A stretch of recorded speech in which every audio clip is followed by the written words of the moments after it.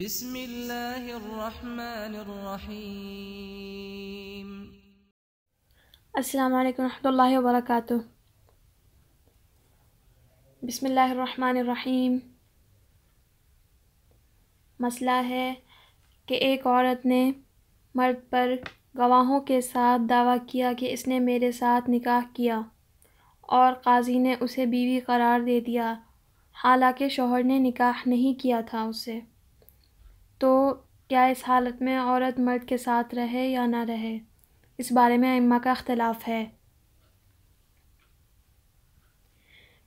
عبارت ہے ہدایت شریف کی۔ بسم اللہ الرحمن الرحیم۔ ومن ادعت علیہ امرأۃ انہ تزوجہا واقامت بینۃ، اور وہ شخص کہ دعویٰ کیا اس پر ایک عورت نے کہ اس نے مجھ سے نکاح کیا اور گواہ قائم کر دیے، فجعلہا القاضی امرأتہ، تو قاضی نے اس عورت کو اس کی بیوی قرار دے دیا، ولم یکن تزوجہا، اور جبکہ اس نے اس سے نکاح نہیں کیا تھا، وسعہ المقام معہ، تو اس کے ساتھ اس کو ٹھہرنے کی گنجائش ہے، وأن تدعہ یجامعہا، اور وہ عورت مرد کو چھوڑ دے کہ وہ اس سے ملے۔ وہذا عند ابی حنیفہ وہو قول ابی یوسف رحمہ اللہ، اور یہ ابو حنیفہ رحمۃ اللہ علیہ کے نزدیک ہے، اور یہ ابو یوسف رحمۃ اللہ علیہ کا پہلا قول ہے۔ وہو قول ابی یوسف رحمہ اللہ اولا، اور یہ ابو یوسف رحمۃ اللہ علیہ کا پہلا قول ہے۔ وفی قولہ الآخر، اور ان کے دوسرے قول میں ہے، وہو قول محمد رحمہ اللہ لا یسعہ ان یطأہا، وہو قول الشافعی، اور امام ابو یوسف رحمۃ اللہ علیہ کا دوسرا قول اور یہی محمد رحمۃ اللہ علیہ کا قول ہے کہ وہ اس کو گنجائش نہ دے کہ وہ اس سے ملے، وہو قول الشافعی، اور یہ شافعی رحمۃ اللہ علیہ کا قول ہے، لأن القاضی اخطأ الحجۃ، اس لیے کہ قاضی نے حجت میں غلطی کی، اذا الشہود کذبۃ، اس لیے کہ گواہ جھوٹے ہیں، فصار کما اذا ظہر انہم عبید او کفار، تو یہ اس طرح ہو جائے گا جیسے کہ ظاہر ہو گیا کہ وہ گواہ جو ہیں وہ غلام ہیں یا کفار ہیں۔ ولی ابی حنیفہ ان الشہود صدقۃ، اور امام ابو حنیفہ رحمۃ اللہ علیہ کے نزدیک یہ ہے کہ گواہ سچے ہیں، قاضی کے نزدیک صدقۃ عندہ، گواہ اس کے قاضی کے نزدیک سچے ہیں، وہو الحجۃ، اور یہی حجت ہے، لتعذر الوقوف علی الحقیقۃ، حقیقت پر ناواقف ہونے کی وجہ سے، علی حقیقت الصدق، لتعذر الوقوف علی حقیقت الصدق، صدق کی سچائی کی حقیقت پر واقف ہونے سے، معذور ہونے کی وجہ سے، بخلاف الکفر والرق، بخلاف کفر اور رقیت کے، لأن الوقوف علیہما متیسر، اس لیے کہ ان کے اوپر واقف ہونا آسان ہے، وإذا ابتنی القضاء علی الحجۃ وامکن تنفیذہ، اور جب قضاء کی بنیاد رکھی گئی حجت پر، وامکن تنفیذہ باطنا، اور اس کو نافذ کرنا باطنا ممکن ہو گیا، بتقدیم نکاح کو مقدم مان کر، نفذ قطعا للمنازعات،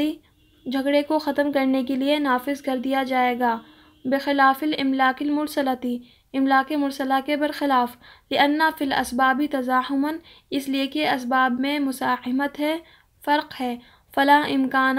واللہ اعلم، تو کوئی امکان نہیں ہے اور اللہ بہتر جاننے والا ہے، زیادہ جاننے والا ہے۔ اگر ترجمہ سمجھ نہیں آیا تو دوبارہ ریپیٹ بھی کر سکتے ہیں آپ اور پھر سے سمجھیں، کیونکہ اگر ترجمہ سمجھ میں آ گیا تو مسئلہ بھی سمجھنا آسان ہوگا۔ اب تشریح دیکھیں۔ بسم اللہ الرحمن الرحیم۔ صورت مسئلہ یہ ہے کہ ایک عورت نے ایک مرد پر جھوٹا دعویٰ کر دیا کہ یہ میرا شوہر ہے، مجھ سے اس نے شادی کی تھی، اپنے اس جھوٹے دعوے پر جھوٹی گواہی بھی پیش کر دی، قاضی نے ظاہری گواہوں کو دیکھ کر عورت کے حق میں فیصلہ کر دیا، تو قاضی کا یہ فیصلہ نافذ ہوگا یا نہیں، اس بارے میں ائمہ کا اختلاف ہے۔ امام ابو حنیفہ رحمۃ اللہ علیہ کے نزدیک یہ فیصلہ ظاہراً اور باطناً دونوں طرح نافذ ہو جائے گا، اور امام ابو یوسف رحمۃ اللہ علیہ کا پہلا قول بھی یہی ہے، اور امام محمد رحمۃ اللہ علیہ کے نزدیک ظاہراً تو نافذ ہوگا، باطناً نافذ نہیں ہوگا، اور امام ابو یوسف رحمۃ اللہ علیہ کا دوسرا قول بھی یہی ہے، اور یہی قول امام شافعی رحمۃ اللہ علیہ کا ہے۔ فقہا کے ہاں اس مسئلے کا عنوان اس طرح ہے کہ جھوٹی گواہی سے قاضی کا فیصلہ عقود اور فسوق میں امام ابو حنیفہ رحمۃ اللہ علیہ کے نزدیک ظاہراً اور باطناً دونوں طرح نافذ کیا جائے گا۔ املاک کی اقسام، تو پہلے جو ہے آپ دونوں ائمہ اور دونوں فریق کے مسئلوں کو سمجھنے اور ان کی دلائل کو سمجھنے سے پہلے آپ کچھ باتیں آپ کو ذہن نشین کرنی ہوگی۔ تو پہلی بات یہ ہے کہ املاک کی دو قسمیں ہیں، املاک یعنی ملکیت کی دو قسمیں ہیں، املاک مرسلہ اور املاک مقیدہ۔ املاک مرسلہ یہ ہے کہ ان میں سے جو ہے سبب ملک مذکور نہ ہو۔ املاک مرسلہ یہ ہے کہ سبب ملکیت کا سبب جو ہے مذکور نہ ہو، مثلا یہ کہ آپ نے کہا کہ یہ میری باندی ہے اور یہ نہیں بتایا کہ خریدی ہے یا وراثت میں ملی ہے یا کوئی اور ذریعہ سے آپ کے پاس آئی ہے، تو یہ املاک مرسلہ ہوتا ہے۔ اور املاک مقیدہ کہتے ہیں کہ سبب تو ذکر کیا گیا ہو، سبب ملک مذکور ہو، مثلا آپ نے کہا کہ یہ باندی میری ہے، میں نے اس کو فلاں سے خریدا یا مجھ کو وراثت میں ملی ہے۔ تو مسئلہ املاک مقیدہ کے بارے میں یہاں پر، املاک مرسلہ کے بارے میں اتنا زیادہ نہیں ہے، صرف املاک مقیدہ کے بارے میں بات کی جا رہی ہے، کیونکہ اس میں جو ہے سبب شادی کے بارے میں ہے، سبب یعنی تزوج مذکور ہے یہاں پر، اس ملکیت کا جو سبب ہے وہ تزوج ہے یعنی نکاح، وہ مذکور ہے۔ دوسری بات یہ ہے کہ نفاذ کی دو قسمیں ہیں، ملکیت کو نافذ کرنے کی دو قسمیں ہیں، نفاذ ظاہری اور نفاذ باطنی۔ نفاذ ظاہری تو یہ ہے کہ دنیاوی احکام کا ترتب ہو سکے، دنیاوی احکام مرتب کیے جا سکیں، مثال کے طور پر بیوی کا قدرت دینا اور شوہر پر نفقہ کسوہ کا واجب ہونا۔ اور نفاذ باطنی یہ ہے کہ اللہ تعالیٰ کے نزدیک حلال ہونا ثابت ہو جائے۔ املاک مرسلہ میں قاضی نے جھوٹی گواہی پر فیصلہ دے دیا تو یہ فیصلہ بالاتفاق ظاہراً نافذ ہوگا، ظاہراً تو نافذ ہو جائے گا، باطناً نافذ نہیں ہوگا، یعنی باطناً عورت جو ہے قدرت نہیں دے گی ملنے کی۔ اور اگر املاک مقیدہ میں جھوٹی گواہی پر فیصلہ دے دیا، یعنی یہاں پر ملکیت کی وجہ مذکور ہے، اس میں جھوٹی گواہی پر فیصلہ دے دیا تو امام ابو حنیفہ رحمۃ اللہ علیہ کے نزدیک ظاہراً اور باطناً دونوں طرح نافذ ہو جائے گا، ملکیت ظاہراً اور باطناً دونوں طرح نافذ ہو جائے گی۔ اور امام محمد اور امام شافعی رحمۃ اللہ علیہ کے نزدیک ظاہراً نافذ ہوگا، باطناً نہیں ہوگا۔ امام ابو یوسف رحمۃ اللہ علیہ کا پہلا قول بھی امام ابو حنیفہ کے ساتھ ہے، اور دوسرا جو قول ہے ان کا وہ امام محمد رحمۃ اللہ علیہ کے ساتھ ہے۔ تو اس تفصیل کے بعد اب آپ دونوں فریق کے دلیل سنیں۔ امام محمد رحمۃ اللہ علیہ کے دلیل کا حاصل یہ ہے،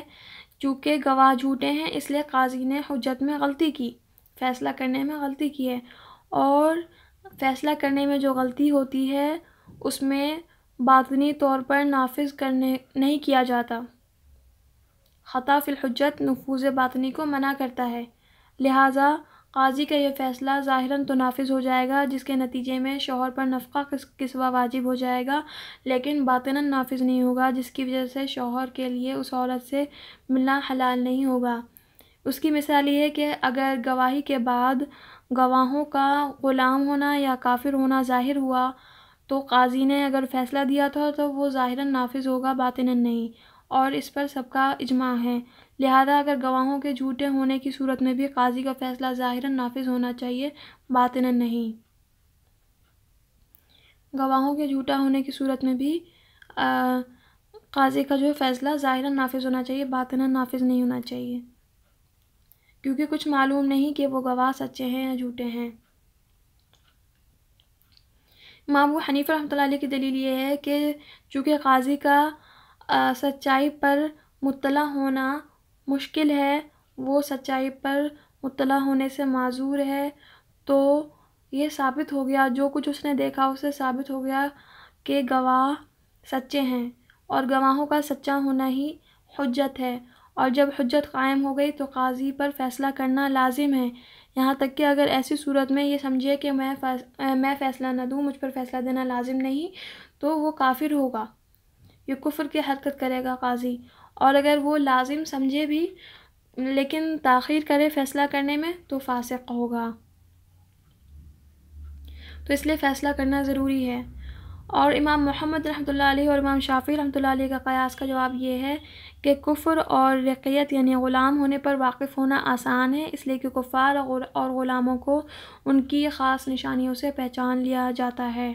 اور وہ کوئی مشکل نہیں ہے۔ تو جب فیصلہ کی بنیاد جو ہے حجت پر ہے اور حجت پائی گئی تو فیصلہ نافذ کر دیا جائے گا، لیکن یہاں ایک سوال ہوگا، وہ یہ کہ قضا کہتے ہیں ایسی چیز کو ظاہر کرنا جو کہ ثابت نہیں تھی، نہ کہ ایسی چیز کو ثابت کرنا جو کہ تھی ہی نہیں پہلے سے۔ قضا کہتے ہیں ایسی چیز کو ثابت کرنا جو کہ پہلے سے ثابت تھی، نہ کہ ایسی چیز کو ثابت کرنا جو کہ پہلے نہیں تھی، اور اس مسئلہ میں نکاح ثابت نہیں تھا، لہذا باطناً فیصلہ نافذ کیسے کیا جا سکتا ہے؟ صاحب ہدایہ نے بتقدیم نکاح سے اسی اشکال کا جواب دیا ہے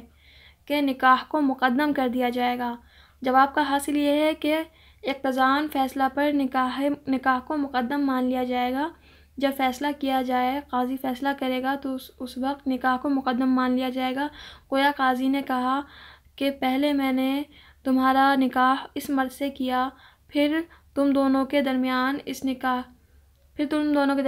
نکاح کا فیصلہ کر دیا کہ تمہارا نکاح ہو چکا تھا۔ لیکن اس پر اگر کوئی اشکال کرے کہ قاضی کا یہ فیصلہ ایک نئے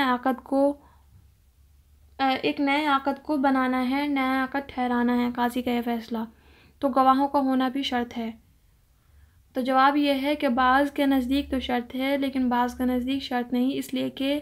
جب قاضی کوئی نیا عقد کرتا ہے تو وہاں پر شرائط کی رعایت نہیں کی جاتی، وہاں پر وہ فیصلہ بنا کسی شرائط کے منعقد ہو جاتا ہے، چاہے وہ نیا ہی عقد کیوں نہ ہو۔ ہماری تائید میں حضرت علی رضی اللہ عنہ کا قول بھی ہے کہ آپ کے سامنے اسی قسم کا واقعہ پیش آیا تھا جو اس متن میں ذکر کیا گیا ہے، تو آپ نے نکاح کا فیصلہ کر دیا۔ اس عورت نے کہا، اے امیر المومنین، اس نے مجھ سے نکاح نہیں کیا تھا۔ حضرت علی رضی اللہ عنہ نے فرمایا، شاہدہ کی زوجہ کی، کہ تیرے دونوں گواہوں نے تیرا نکاح کر دیا۔ شاہدہ کی زوجہ کی، تیرے دونوں گواہوں نے تیرا نکاح کر دیا، زوجہ کی۔ اور تو ایسی حالت میں وہاں پر جو دونوں گواہ جو لائی تھی وہ عورت، یا اس ایسے مسئلہ اگر کسی کے ساتھ پیش آئے تو جو اس کے گواہ ہوں گے وہی اس کے نکاح کے بھی گواہ بن جائیں گے۔ اور نفذ قطعاً المنازع یعنی جھگڑے کو ختم کرنے کے لیے یہ نکاح کو مقدم مان لیا جائے گا اور نکاح ہو جائے گا۔ تو یہاں پر جو ہے نفوذ باطنی کی علت اور وجہ بیان کی گئی ہے، اس متن کے اس حصے سے نفوذ باطنی کی علت بیان کی گئی ہے کہ باطنی طور پر بھی نافذ مان لیا جائے گا۔ املاک یعنی ملکیت، عورت جو ہے مرد کو ملنے کی قدرت دے سکتی ہے، تو اس لیے کہ اس میں نکاح کو مقدم مان لیا گیا ہے اور کوئی جھگڑا ہی نہیں رہے گا۔ اس لیے برخلاف املاک مرسلہ میں اس طرح نہیں ہوتا، کیونکہ املاک مقیدہ کو املاک مرسلہ پر قیاس نہیں کر سکتے۔ املاک مرسلہ میں صرف ظاہراً فیصلہ نافذ ہو جاتا ہے، باطناً نہیں ہو سکتا۔ دلیل یہ ہے کہ املاک مرسلہ میں سبب ملک مذکور نہیں ہوتا، ملکیت کا کوئی سبب مذکور نہیں ہوتا، اور ایک ملکیت کے بہت سارے اسباب ہو سکتے ہیں، مثال کے طور پر خریداری بھی ہو سکتا ہے، وراثت بھی ہو سکتا ہے، ہبہ اور صدقہ بھی ہو سکتا ہے، اور تمام طرح کے اسباب میں مزاحمت ہے، فرق ہے، تو قاضی کسی ایک سبب کو متعین کر کے خود ہی فیصلہ کر دے تو یہ غلط ہوگا۔ تو یہاں پر نفوذ باطنی ممکن نہیں املاک مرسلہ میں، جبکہ املاک مقیدہ میں نفوذ باطنی ممکن ہے امام ابو حنیفہ رحمۃ اللہ علیہ کے نزدیک، ایک فریق کے نزدیک، اور ایک فریق کے نزدیک نہیں ہے ممکن۔ واللہ اعلم بالصواب۔ السلام علیکم ورحمۃ اللہ وبرکاتہ۔